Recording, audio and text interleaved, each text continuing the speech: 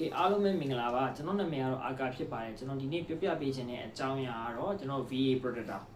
ဒီ VA Protector တော်တော်များများတည်ထားပြီးသားလည်းဖြစ်မယ်ဒါပေမဲ့မတည်သေးတဲ့လူတွေတက်ကိုကျွန်တော်ဒီနေ့ sharing လုပ်ပေးတာဖြစ်ပါတယ်ဒီ VA Protector ကကျွန်တော်တို့အိမ်တစ်လုံးမှာ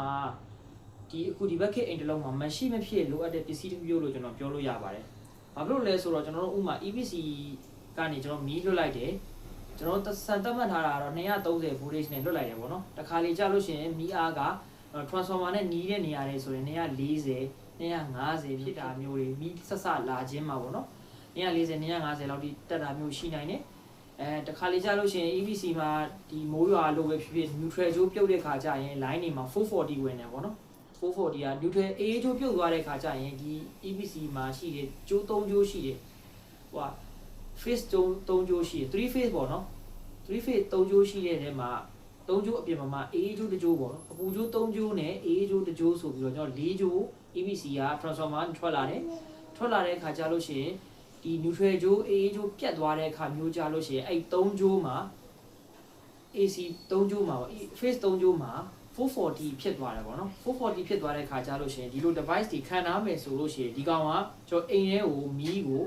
ဖြတ်ချလိုက်မှာ safeguard သဘောပေါ့နော်ဒီကောင်က safeguard ဆိုလို့ရှိရင်ကြတော့ရှင်ကျွန်တော်တို့က9နဲ့ပမာဏက ampere အနေနဲ့ဆိုလို့ရှိရင်ဟိုမှာကျွန်တော်တို့က5 ampere 10 ampere လောက်ပဲနိုင်တာများတယ်ပေါ့နော် safeguard အကြီးကြီးတော့ရှိတာပေါ့နော်ဒီကောင်နေကြတော့ကျွန်တော် DV box ထဲမှာ breaker box ထဲမှာလည်းလှလှပပနဲ့ထည့်လို့ရမယ်ပြီးသွားလို့ရှိရင်ကျွန်တော်တို့ကဟိုတရဲရဲနဲ့လှလှပပနဲ့ဖြစ်တဲ့ဖြစ်မှာဒီကောင်ကတစ်ခုကဘာကောင်းသေးလဲဆိုတော့ကျွန်တော်တို့က ampere အများဘလောက် ampere ကိုကျွန်တော်တို့ service ကြိုးတွေထည့်ထားတဲ့ service ကြိုးတွေကသေးနေမယ်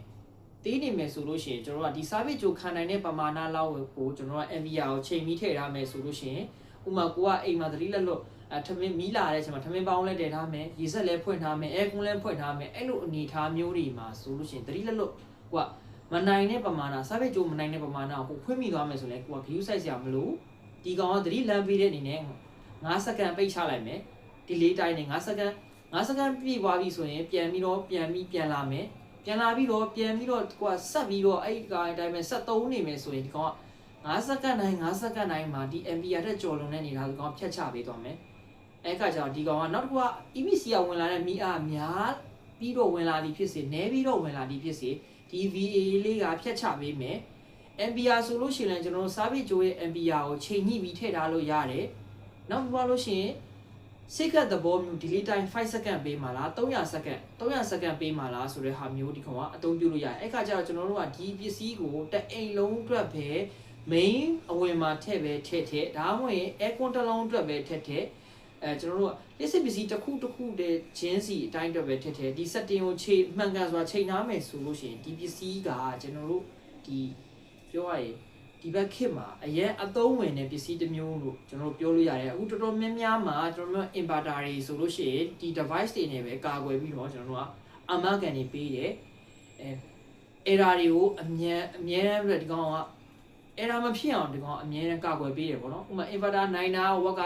နိုင်တာ1500နိုင်တယ်ကျွန်တော်တို့က1500တဲ့ကြော်သုံးမယ်ဆိုရင် inverter မဖြတ်ချသေးခင်မှာကျွန်တော်တို့က1300လောက်နဲ့ဒီ safeguard မှာ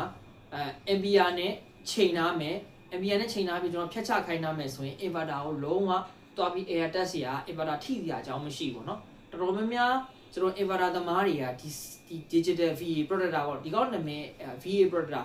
voltage ampere protection device ပေါ့เนาะဒီကောင်ကိုကျွန်တော်တို့ကအသုံးပြုတာပေါ့เนาะဒါမျိုးလေးတွေကိုကျွန်တော်တို့တက်စစ်နေတယ်ဆိုရင်